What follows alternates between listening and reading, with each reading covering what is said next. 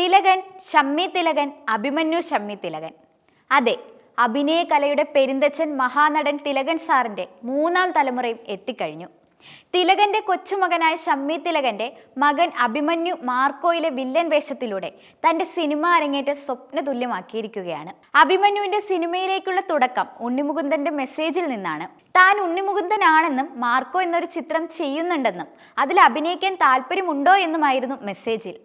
സിനിമയുടെ കാസ്റ്റിംഗ് ഡയറക്ടറായ ഷനീം സെയ്ദ് താനും അച്ഛനും അപ്പൂപ്പനും ഒരുമിച്ച് നിൽക്കുന്ന ഒരു ഫോട്ടോ സോഷ്യൽ മീഡിയയിൽ കാണാനിടയാവുകയും അദ്ദേഹമാണ് ആ ഫോട്ടോ ഉണ്ണിച്ചേട്ടനെ കാണിക്കുകയും ചെയ്തത്. പിന്നീട് സംവിധായകൻ ഹനീഫ് അദേനിയെ ബന്ധപ്പെടുകയും അതുവഴി മാർക്കോയുടെ ഭാഗമാവുകയും ചെയ്യാൻ കഴിഞ്ഞുവെന്നാണ് അഭിമന്യു പറയുന്നത്. ആദ്യ സിനിമയിൽ തന്നെ വില്ലൻ വേഷത്തിൽ എത്തുന്നതിന്റെ ടെൻഷൻ ഒന്നും തനിക്ക് ഉണ്ടായിരുന്നില്ല എന്നാണ് അഭിമന്യു പറയുന്നത്.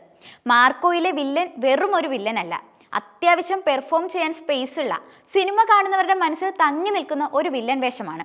എന്നാലും കുട്ടികളോട് വയലൻസ് കാണിക്കുന്ന ചില രംഗങ്ങൾ ചെറിയ പ്രയാസം തോന്നിയെന്നും അഭിമന്യു പറയുന്നു. പക്ഷേ സംവിധായകനിൽ തനിക്ക് പൂർണ്ണ വിശ്വാസമായിരുന്നു. അദ്ദേഹം എന്തു പറയുന്നു അത് ചെയ്യുന്ന രീതി പിന്തുടർന്നു. കൂടാതെ ഈ കഥാപാത്രത്തിന് ഏറ്റവും പ്രശംസ ലഭിച്ച സ്റ്റൈലിനും ലുക്കിനുമെല്ലാമാണ്.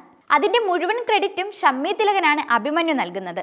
കഥയും കഥാപാത്രവും കേട്ടപ്പോൾ തന്നെ ലുക്ക് എങ്ങനെ ആയിരിക്കണം, ഏതു രീതിയിൽ നടക്കണം, നോക്കണം തുടങ്ങിയ കാര്യങ്ങളെല്ലാം ഗൈഡ് ചെയ്തത് അച്ഛനാണെന്നാണ് അഭി പറയുന്നത്.